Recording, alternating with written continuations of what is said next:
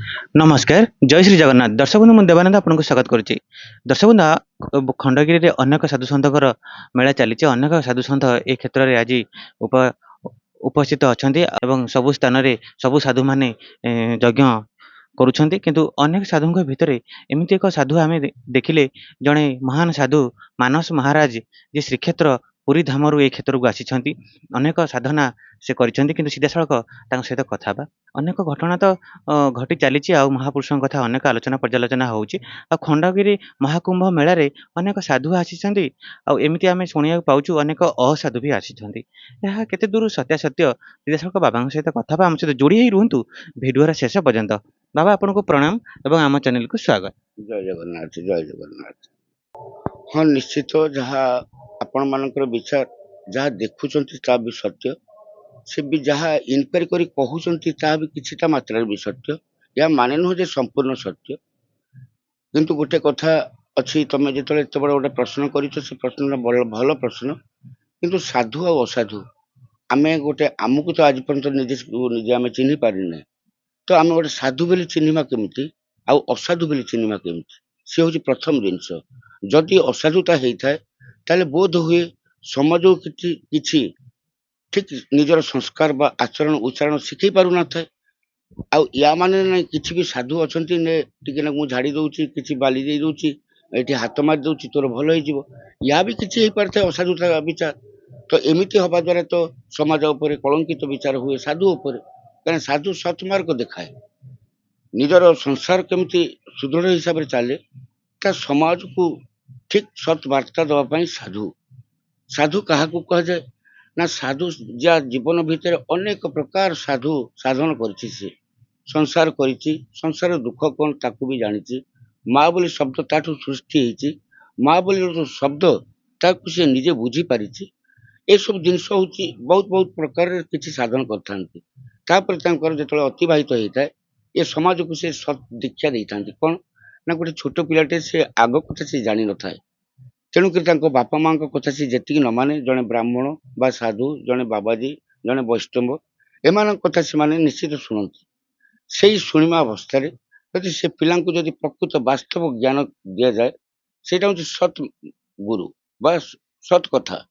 ଯଦି ତା ପରିବର୍ତ୍ତେ, ଦେଖ ତୋର ଆଜି ପୁଅ ବାହା ହେଇପାରୁନି, ତୋର ଆଜି କିଛି ହେଇପାରୁନି, ତୁ ଆସିଛୁ ମୋତେ ଏ କଥା କହିବା ପାଇଁ, ଏସବୁ ଜିନିଷ ନେଇଯା, ତୋର ସବୁ ହେଇଯିବ, ଏଇଟାକୁ କରିଦେ, ଏଇଟା ସବୁ ହେଇଯିବ। ଏମାନଙ୍କର ଯୋଉ ଏଇ ଭାବନାଟା ବୋଧ ହୁଏ ଅସାଧୁତା ପରିଚୟ ବୋଲି। ୟା ଭିତରେ ସାଧୁ ବି ସେ ବି, ଏଇଟା ଯୋଉ କହିଲ ବଢିଆ କଥାଟା କହିଲ, ନିଜେ ଅନୁଭବୀ ମୁଁ ନିଜେ। ଆଉ ୟା ଭିତରେ ସାଧୁମାନଙ୍କ ମାଧ୍ୟମ ଦେଇକିରି କିଛି ଶୈତାନ ବି ଅଛନ୍ତି, ଯୋଉ ଶୈତାନ ମଣିଷ ମାରିଛନ୍ତି, କିଛି ହଡପ ବି କରିଛନ୍ତି, କିଛି ଲୁଟେରା ବି କରିଛନ୍ତି। ତାହା ଯେତେବେଳେ ପ୍ରଶାସନ ବା ଆଇନ ଯେତେବେଳେ ଜାଣିବା ପୂର୍ବରୁ ସେ ଗୋଟେ ସାଧୁ ଢଙ୍ଗରେ ପଳେଇ ଆସୁଛି। ପ୍ରକୃତ ବାସ୍ତବକୁ ଯେ ସାଧୁ, ଯିଏ ଜୀବନ ଭିତରେ ସାଧନ କରିଛି ସମାଜର ମଙ୍ଗଳ କରିବା ପାଇଁ, ତା ଜୀବନ ଭିତରେ କିଛି ଦୁଃଖ ନଥାଏ, ଲୋଭ ନଥାଏ, ମୋହ ନଥାଏ, ସେ ଏ ପ୍ରକାର ସାଧୁ ଯେତେବେଳେ ସମାଜ ଜାଣିଛି ଯେ ସାଧୁ ମାନେ ଏଇ ଟାଇପର, ଯେତେବେଳେ ସେ ମାନେ ରାକ୍ଷସ ଯୁକ୍ତ ଶୈତାନ ଯୁକ୍ତ ଯେତେବେଳେ ସାଧୁ ଆସି ପହଞ୍ଚିଯାଏ, ସେ ପରିବେଶଟାକୁ ଟିକେ ମାନେ ବିଶୃଙ୍ଖଳିତ କରିଦିଏ। ଇଏ ହଉଛି ବିଚାର। ତେଣୁକରି ନିଶ୍ଚିତ ୟା ଭିତରେ ବି ସେମିତି ଲୁଚିକି ଅଛନ୍ତି। ତାକୁ ଯଦି ପ୍ରକୃତ ବାସ୍ତବ ହିସାବରେ ତାଙ୍କୁ ଯଦି ଧରାଯାଏ ତ ବହୁତ ଭଲ ହୁଅନ୍ତା ସାଧୁମାନଙ୍କ ପାଇଁ। ଆଉ ଆମେ ତ କହିପାରିବାନି ଯେ ୟାଙ୍କୁ କାହାକୁ ଇଏ କରାଯାଉ କି କାହାକୁ କରାଯାଉ, କାହିଁକିନା ସମସ୍ତେ ସୁଖୀ ରହିବା ଦରକାର। ସୁରକ୍ଷିତ ଦେଇପାରିବାନି, ତାହେଲେ ଆମର ସୁରକ୍ଷିତ କେମିତି ରହିବ? ଏପର୍ଯ୍ୟନ୍ତ ସିଟି ନ୍ୟାୟ ହେଇନି ଯେ ଜଣକୁ ଦଣ୍ଡିତ କରାଯାଇନି ଯେ ସେ ଏଭଳି କାର୍ଯ୍ୟ କରିଛନ୍ତି ବୋଲି ଆମେ ତାକୁ କହିପାରିବାନି ଦୋଷୀ ବୋଲି। କିନ୍ତୁ ମୁଁ ମାନେ ସମାଜକୁ ଆଉ ଆମର ବା ଯୋଉ ଆଇନ ଯେ ଅଛି, ଯୋଉ ପ୍ରଚଳିତ ହେଇଛି, ଏଇ ଯୋଉ ଦୁଷ୍ଟ ପ୍ରକୃତିର ଲୋକମାନଙ୍କୁ, ଯେମିତି ଆମର ଯୋଗୀ ଆଦିତ୍ୟ ଆମର ମୁଖ୍ୟମନ୍ତ୍ରୀ ଉତ୍ତରପ୍ରଦେଶର, ସେ ବହୁତ ବଢିଆ, ବହୁତ ଆତ୍ମନ ଜଣେ।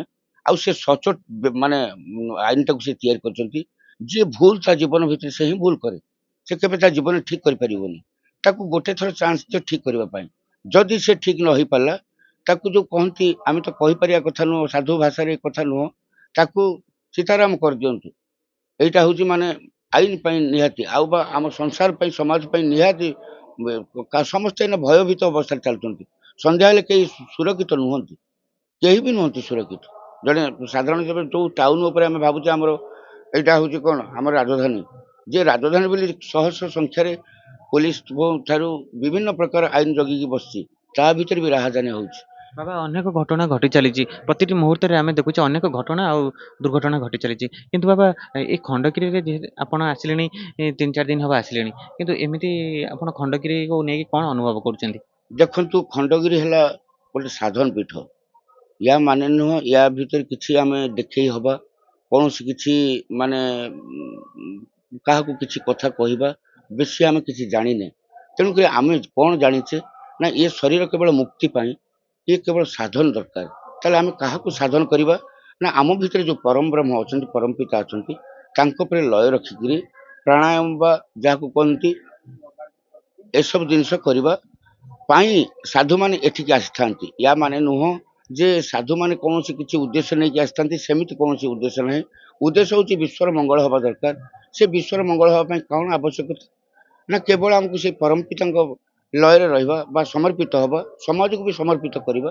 ଯୋଉମାନେ ତମ ମାନଙ୍କ ପାଖକୁ ଆସୁଛନ୍ତି ଯେ ଦେଖ ବାବା ମୋର ଏମିତି କଥା, ମୋ ହାତ ଟିକେ ଦେଖିବେ, ମୋର ଏସବୁ ଜିନିଷ ଭୁଲ କଥା।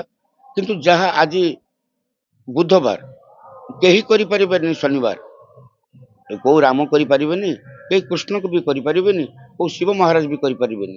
କାହିଁକି ନା ଦେବତା ଆଦି ମୁନି ଯେତେ, କର୍ମେ ବନ୍ଧନେ ସମସ୍ତେ, ମର୍ତ୍ତ୍ୟମଣ୍ଡଳେ ଦେହ ବହି, ଦେବତା ହେଲେ ବି ମରଇ। ଦେବତା ବି ଗ୍ରହ ଅଛି, ଦେବତାକୁ ବି କଷ୍ଟ ଅଛି। ତେଣୁକରି ସତ୍ୟରେ ଥିଲା, ତ୍ରେତୟାରେ ବି ଥିଲା, ଦ୍ୱାପରରେ ବି ଥିଲା, ଏ କଳିରେ ବି ନିଶ୍ଚିତ ଅଛି। ଯାହା ଆଗରୁ ସମାଜ ଚାଲିଥିଲା ତାହା ଏବେ ବି ଚାଲିଛି। କିନ୍ତୁ ତାକୁ ଆମେ କେମିତି ମ୍ୟାନେଜମେଣ୍ଟ କରିବା, ତାକୁ କେମିତି ମ୍ୟାନେଜମେଣ୍ଟ କରି ସେ ପରିସ୍ଥିତିକି ତାକୁ ଆୟତ୍ତ କରିବା, ସେଇଟା ହେଉଛି ଗୋଟେ ସାଧୁତ୍ୱ ବା ଗୋଟେ ବିଚାର। ଏସବୁ ଜିନିଷକୁ ଯୋଉମାନେ ଗ୍ରହଣ କରିଥାନ୍ତି ବା ଆଶ୍ରିତ ଥାନ୍ତି, ତାଙ୍କ ଜୀବନ ଭିତରେ କଷ୍ଟ ଆସିଥାଏ, କିନ୍ତୁ ସେ କଷ୍ଟ ବୋଲି ଭାବି ନଥାନ୍ତି। କାହିଁକିନା ସେଇଟା ହିଁ ଗୋଟେ କଷ୍ଟ ନଥିଲେ ତାକୁ ସମାଧାନ କେମିତି ଆମେ ବାଟ ପାଇବା, ଏଇଟା ହେଉଛି ଗୋଟେ ବଡ଼ କଥା। ବାବା କଳିଯୁଗ କଣ ସରିଯିବ? କିଛି ସରି ନାହିଁ, କୌଣସି କିଛି ଜିନିଷ ସରିନି। ଖଣ୍ଡ ପ୍ରଳୟ ଆଗରୁ ହେଇଥିଲା, ଏମିତି ଖଣ୍ଡ ଖଣ୍ଡ ପ୍ରଳୟ ହୁଏ। ଆଗରୁ ଏକକାଳୀନ ପ୍ରଳୟ ହେଇଯିବ? ଏକକାଳୀନ ଏ ପ୍ରଳୟ ନଥିଲା। ଇଏ ଯୋଉ ଖଣ୍ଡ ଖଣ୍ଡ ହେଇକି ଅଛି, ଏ ତ 3 ଭାଗ ଜଳ ଭାଗ ହେଲା ସ୍ଥଳ। ଇଏ କଣ ଏକାଠି ଅଛି? ଏକାଠି ବି ନାହିଁ। ଆମ ଶରୀର ଯୋଉ ଆମେ କହୁଛେ ଜଣେ ମଣିଷ, ଆମ ଶରୀର ଯେତେ ଲାଗିଛି ଯୋଉ ପାର୍ଟ ସବୁ, ଇଏ କଣ ଖଣ୍ଡିକିଆ ହେଇକି ଅଛି, ଗୋଟିକିଆ ହେଇକିରି? ନାଇଁ, ସବୁ ଖଣ୍ଡ ଖଣ୍ଡ ହେଇକି ଅଛି। ତେଣୁକରି ଇଏ କିଛି ସରିବନି। ଏମିତି ଭୂମିକମ୍ପ ହେଇପାରେ, ଏମିତି ଅଚାନକ ଯେମିତି ହେଲା ଆମର ଉତ୍ତର ପଟେ ଯୋଉ ଗୁଡାକ ଭୂସ୍ଖଳନ ହେଲା, ନଷ୍ଟ ହେଇଗଲା, କିଛି ଲୋକ ହଜାର ହଜାର ଲୋକ ଦବିଗଲେ। ଆଚ୍ଛା, ଏମିତି ଖଣ୍ଡ ଖଣ୍ଡ ହିଁ ପ୍ରଳୟ ହବ। ୟା ମାନେ ନୁହଁ ଯେ ଏକକାଳୀନ ହିଁ ସମ୍ପୂର୍ଣ୍ଣ ବୁଡିଯିବ, ନାଇଁ, ସେମିତି କିଛି ହବ। ଆଉ ଏମିତି କଥା ଆସୁଛି ଯେ କଳିଯୁଗ ସରିଯିବ ସତ୍ୟ ଯୁଗ ଆସିବ ଆଉ କଳି ତ ପ୍ରତିଟି ଯୁଗରେ କଳି ଥିଲା। ସତ୍ୟରେ ଥିଲା, ନୃସିଂହ କାହିଁ ଆସିଥିଲେ? ଯଦି କଳି ନଥାନ୍ତା ନୃସିଂହ କାହିଁକି ଆସିଥାନ୍ତେ ହିରଣ୍ୟକଶ୍ୟପ ପାଇଁ? ସେ ପୁଣି କହିଲା ଏଇ କୁଣ୍ଠରେ ମୋର ଅଛି। ସେ ବିଶ୍ୱାସ, ପ୍ରକୃତ ଆପଣମାନଙ୍କର ବିଶ୍ୱାସ ଅଛି ଭଗବାନ ଅଛନ୍ତି ବୋଲିକି। ଏଥିପାଇଁ ଇଏ ହେଉଛି ଗୋଟେ ମାନେ ଗୋଟେ ମାର୍ଗ ବା ସଂସ୍କାର ବା ଆମ ସନାତନ ଧର୍ମର ଗୋଟେ ମୁଖ୍ୟ ଅଂଶ। ଆମେ ଯୋଉ ସେ ସତ୍ୟରେ ଥିଲା କଳି, ଆଚ୍ଛା ତୃତୀୟରେ ଆସିଲା ସିଏ ବି କଳି ଥିଲା, ଆଚ୍ଛା ଦ୍ୱାପରକୁ ଆସିଲେ ତାହା ବି କଳି ଥିଲା। ତାହେଲେ କଳିରେ ତ କଳି ଅଛି। ଏଇଟା ବଡ କଥା ନୁହଁ। ଆମେ ଭାବି ପାରୁନେ, ଆମେ ଜାଣିପାରୁନେ ଆମେ ଆଗଟା କଣ, ଆମେ ଆଜି କଣ ଚାଲିଛି, ଆଜି ଯାହା ଚାଲିଥିଲା ସତ୍ୟରେ ସେଇଆ ଚାଲିଥିଲା।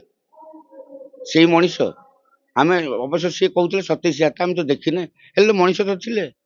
ଏଇନେ 3,000 ଚାଖେଣ୍ଡେ, ସେଇ ମଣିଷ ତ, ତାଙ୍କ ପ୍ରକୃତି ଅଲଗା ହେଇପାରିଥାଏ, ଆମେ ତ ଜାଣିନେ। କିନ୍ତୁ ଆମର ତ ଜାଣିପାରୁଛୁ ଯେ କିଛିଟା ଭଗବାନଙ୍କ ଲୋକ ଅଛନ୍ତି ଏଇ କଳିଯୁଗରେ, ସେଇ 3,000 ଚାଖେଣ୍ଡରେ ସିଏ ବି ଭଗବାନ, ମଣିଷଙ୍କୁ ଭଗବାନ ବୋଲି ମାନନ୍ତି, ଭଲ ପାଆନ୍ତି। ଏ ମାନେ ଯେତେ ଆମେ ଦେଖନ୍ତୁ, ଏବେ ଆଜି ଗୋଟେ ସମାଜ ହେଇଛି, କୁକୁରଙ୍କୁ ଯେତିକି ଭଲ ପାଉଛନ୍ତି ବୁଢା ବୁଢୀଙ୍କୁ ସେତିକି ଭଲ ପାଇ ପାରୁନାହାନ୍ତି। ଚିନ୍ତା କରନ୍ତୁ, ଆଜି ସମାଜ କାହାକୁ ଯାଇଛି, କୁଆଡେ ଯାଇଛି ଆମେ ତ କହିପାରିବାନି। ସମସ୍ତେ ଶାନ୍ତିରେ ରୁହ, କିନ୍ତୁ ଯେତେ ଜଣ ବୟସ୍କ ଲୋକ ଅଛନ୍ତି ବା ଘର ଭିତରେ ଯିଏ ଅଛନ୍ତି ବା ସମାଜ ଭିତରେ ଯିଏ ଅଛନ୍ତି, ତାଙ୍କୁ ସମ୍ମାନ ଦିଅ। ଆମେ ତାଙ୍କ ପାଖରେ ଯେତେ ଯେତେ ଯାହା ହେଲେ ବି ସୁଦ୍ଧା ଆମେ ଛୋଟ, ଆମେ ଛୁଆ ସବୁ। ତାଙ୍କୁ ଯେତେ ସେବା ଦେବା, ଯେତେ କୋମଳ କଥା ବା ନର୍ମାଲ କଥା ବା ମାନେ ସ୍ନେହ ଶ୍ରଦ୍ଧା କଥା କହିବା, ତାଙ୍କ ହୃଦୟକୁ ଜିତିବା। ଏଇନେ ସେମାନେ ବୟସ୍କ ଲୋକ, ବୟସ୍କ ଲୋକଙ୍କୁ କେବେ ହେଲେ ଅସମ୍ମାନ କଥା କୁହନି। ତାହା ହେଉଛି ଆମ ଘରର ହେଉଛି ସତ୍ୟତା। ଯଦି ଆମେ ସେଇଠି ଆମେ କହିବା ଜଣେ ବୟସ୍କ ଲୋକ ସେ କିଛି କରିପାରୁନି, ତାକୁ ଯଦି ଆମେ କର୍କଶ ଭାଷାରେ ଆମେ କଥା କହିବା, ତା ମନ କଣ ଶାନ୍ତି ଆସିବ? ସେ ଯଦି ସତ୍ୟ ହେଇଥାଉ, ନହେଲେ ତ୍ରେତୟା ହେଇଥାଉ, ନହେଲେ ଦ୍ୱାପର ହେଇଥାଉ, ନହେଲେ କଳି ହେଇଥାଉ, ଇଏ ତ ହେଉଛି ବିଚାର। ବାବା ତାପରେ ଆଉ ମହାପ୍ରଭୁ କଳ୍କି ଅବତାରଣ ହେବେ। କଳ୍କି ଅବତାର ତ ନିଶ୍ଚିତ ହଉଛନ୍ତି ବାବୁ। ଏମିତି ତ ବାବା ମାନେ କହୁଛନ୍ତି ସବୁ କଥା। କଳ୍କି ଅବତାର କ'ଣ ତମ ଗାଁରେ ହଉନାହାନ୍ତି? ତମ ଗାଁରେ ମୁଁ ଜଣେ ଗୋଟେ ପର୍ଟିକୁଲାରକୁ ଦେଖେଇବି। ସେ ଜଣେ ବହୁତ ନିରୀହ ଲୋକ ଥିଲା। ଧର ଏମିତି ଗୋଟେ କଥା ହଉଛି ବା ଏମିତି ସମାଜରେ ଲୋକ ଅଛନ୍ତି। ସେ ଭଲ ଲୋକ ଥିଲା। ତା ଉପରେ କୌଣସି କିଛି ପ୍ରେସର ଆସିଲା। ଯେତେବେଳେ ପ୍ରେସର ଆସିଲା ସେ ଆସ୍ତେ ଆସ୍ତେ କ୍ରୁର ହେଲା ବା ରାକ୍ଷସ ପ୍ରକୃତିର ପ୍ରବୃତ୍ତି ମତେ ଏମିତି ମୁଁ କିଛି ନ କହିଲାରୁ ମତେ ଏମାନେ କହୁଛନ୍ତି। ସେ ଆସ୍ତେ ଆସ୍ତେ କହିବା ବୋଲି ମାନେ ଶିଖିଲା। କହିବା ଶିଖିବା ଭିତରେ ସେ ଆଗରୁ କିଛି କହୁନଥିଲା କରୁନଥିଲା। ଯେତେବେଳେ ଆସ୍ତେ ଆସ୍ତେ କହିବା ଭିତରେ ତାକୁ ଲୋକମାନେ କହିଲା କିରେ ଇଏ ତ କ'ଣ କିଛି କହୁନଥିଲା କ'ଣ ଏବେ କହିଲାଣି, ତାକୁ ଆଉ ଟିକେ ଜୋରରେ ତା ସାଙ୍ଗରେ ଲାଗିଲେ ବା ତାକୁ ଥଟ୍ଟାରେ ଲାଗନ୍ତୁ ବା ତାକୁ ଯେ ପ୍ରକୃତି ଲାଗନ୍ତୁ ସେଟା ଲାଗିଲେ। ସିଏ କିନ୍ତୁ କ୍ରୁର ହେଇ ଗଲା। ଦିନେ ତା ମେମୋରି ଭିତରେ ବସିଲା ମତେ ମାନେ ସେ ଜାଣିପାରୁନି ଯେ ମତେ ଥଟ୍ଟାରେ କହୁଛନ୍ତି କି ମାନେ ସିଏ କିନ୍ତୁ ତାକୁ ନେଇଯାଉଛି ଯେ ମୁଁ ପ୍ରକୃତ ମତେ ତ କିଛି କହିବା କଥା ନୁହଁ, ମତେ ସେ କାହିଁ କହୁଛି। ଏକଥା ଭାବିକି ସିଏ ଅତ୍ୟଧିକ କ୍ରୁର ହେଇକି ଦିନେ ଗୋଟେ କ'ଣ ଅସ୍ତ୍ରଟେ ଧରିଲା। ଏମିତି କହିଲା କାହିଁ ତୁ ମତେ କହୁଛୁ କହି ତାକୁ ଚୋଟେ ପକେଇଦେଲା। ଚୋଟେ ପକେଇଦେଲା ସେଇ କଥାଟାକୁ ଆମେ ଚିନ୍ତା କରିବା। ଏଇଟା କଳି ହେଲା ନା ଏଇଟା ପ୍ରେରଣା ହେଲା କି ଆ ଭିତରେ କିଛି ସଂସ୍କାର ଆମେ ଶିଖିଲେ ନା କଳି କୋଉଠୁ ସୃଷ୍ଟି ହେଲା? ଯଦି ଆମେ ଏଇଟାକୁ ନିବୃତ୍ତ ରହିବା ତାହେଲେ କଳି ନାହିଁ। ଏଇଠି ହିଁ ସତ୍ୟ। କଳି କୁଆଡ଼େ ନାହିଁ। ସତ୍ୟ କୋଉଠି ନାହିଁ। ସତ୍ୟ ଆମ ହିଁ ପାଖରେ ଅଛି। ଆମେ ଯେମିତି କର୍ମ କରିବା, କର୍ମ ଅନୁସାରେ ଫଳ ପାଇ ଅଧିକା ଦେଇ ନ ପାରେ ଅଧିକା ଧନ ଜେଲନ୍ତି। ଆମର ସୁର ଯୋଉ ସାରଥୀ ଆପଣ ଜାଣିଥିବେ ୟାଙ୍କରି ଭଳିଆ ଦଣ୍ଡ ଭୋଗନ୍ତି, ଆଉ କିଛି ନାହିଁ। ବାବା କିନ୍ତୁ କଳ୍କି ଅବତାର ହେବେ ମେଳ୍ଚ ସଂହାର କରିବେ ଯୋଉ କଥାଟି ରହିଛି, ଆଉ ସେଇ କଥାକୁ ନେଇକି ସଂହାର ହଉଛନ୍ତି ବାବୁ। ଏ ସେମାନେ ସଂହାର ହେଇଯାଉଛନ୍ତି। ଏଠି ବାହାନଗରରେ ଆକ୍ସିଡେଣ୍ଟ ହେଇଗଲା, ସମସ୍ତଙ୍କୁ ଏକା ଦିନକେ ମରିବାର ଥିଲା। ମ୍ଲେଚ୍ଛ ସଂହାର ଚାଲିଛି, ଖଣ୍ଡ ପ୍ରଳୟ ଚାଲିଛି, ଚାଲିବ, ସିଏ ବନ୍ଦ ହବନି। ଆମେ ଜାଣିବା ହଉଛି କ'ଣ ଗୋଟେ ମସ୍ତ ବଡ଼ ଗୋଟେ ଗାୟ ଗୋଟେ କ'ଣ ଆସିବ, ଗୋଟେ ବିଶୃଙ୍ଖଳା ଗୋଟେ କ'ଣ ଭୈରବ ଡାକିବ। ଏସବୁ ଗୋଟେ ମନର ଗୋଟେ ମାନେ ଚିନ୍ତାଧାରା, ଭୁଲ ଚିନ୍ତାଧାରା। ଏସବୁ ଜିନିଷ ନାହିଁ। ହଉଛି ଯୋଉଗୁଟାକ ହବ, ଗୋଟେ ସୁନାମି ଆସିଲା ତା ଭିତରେ କ'ଣ ଗୋଟେ ଗର୍ଜନ ତର୍ଜନ ନାହିଁ? ତାହା ଯଦି ଆମର କାନରେ ପଡ଼ିଲା ସେଇଠି ଭୈରବ ଗୋଟେ ଡାକିଲା। ଦେଖ ଏମିତି ବି ସୃଷ୍ଟି ହେଇପାରିଥାଏ। ଏମିତି ବି ସଂସାର ଭିତରେ କିଛି ନା କିଛି ଅଛି। କିନ୍ତୁ ଏଇ 2026କୁ ନେଇକି ଅନେକ ଯାହା କହୁଛନ୍ତି ଅନେକ ଘଟଣା ଘଟିବ। ନିଶ୍ଚିତ ଘଟିବ। କାହିଁକି ନା ଏ ସମାଜ ଆଉ ମାନେ ଶୃଙ୍ଖଳିତ ଅବସ୍ଥାରେ ନାହିଁ। ସବୁ ବିଶୃଙ୍ଖଳିତ ହେଲେ ସମାଜ ନାହିଁ, ପୁରା ଦେଶ ବିଦେଶ ଭିତରେ ବି ବିଶୃଙ୍ଖଳିତ ଅବସ୍ଥାକୁ ଚାଲିଛି। ତାହେଲେ ତାହାର ବି ଗୋଟେ ପ୍ରଭାବ ଆସିଛି, ଯୋଉ ପ୍ରଭାବଟା ନିଶ୍ଚିତ ଆମେ ଭୋଗିବା। କାହିଁକିନା ଏଇଟା ହେଉଛି ମଣିଷ କୃତ, ନିଜେ ଆମେ ତାକୁ ତିଆରି କରିଛେ। ତାକୁ ଭୋଗିବ କି? ଆମେ ଭୋଗିବା ନା। ବାବା ଶେଷରେ ଆମ ଦର୍ଶକ ବନ୍ଧୁମାନଙ୍କୁ କ'ଣ କହିବେ? ସମସ୍ତଙ୍କୁ ମୋର ଏଇ ଅନୁରୋଧ, ମା ମାନଙ୍କୁ, ମୋର ବାବୁ ମାନଙ୍କୁ, ମୋର ପିତାଜୀ ମାନଙ୍କୁ, ମୋର ଗୁରୁଜନ ମାନଙ୍କୁ, ଯୋଉମାନେ ଆସୁଛନ୍ତି ଦର୍ଶନ କରିବା ପାଇଁ, ଗୁରୁ ନିଶ୍ଚିତ ସତ୍ୟ, ତମେ ଚିହ୍ନିବା ଆବଶ୍ୟକତା। ଆମର କାହାକୁ ଭୁଲ କହିବା, କାହାକୁ ଠିକ କରିବା, ଆକ୍ଷେପ କରିବା ଆମ ପାଇଁ ଏଇଟା ସମ୍ପୂର୍ଣ୍ଣ ଭୁଲ।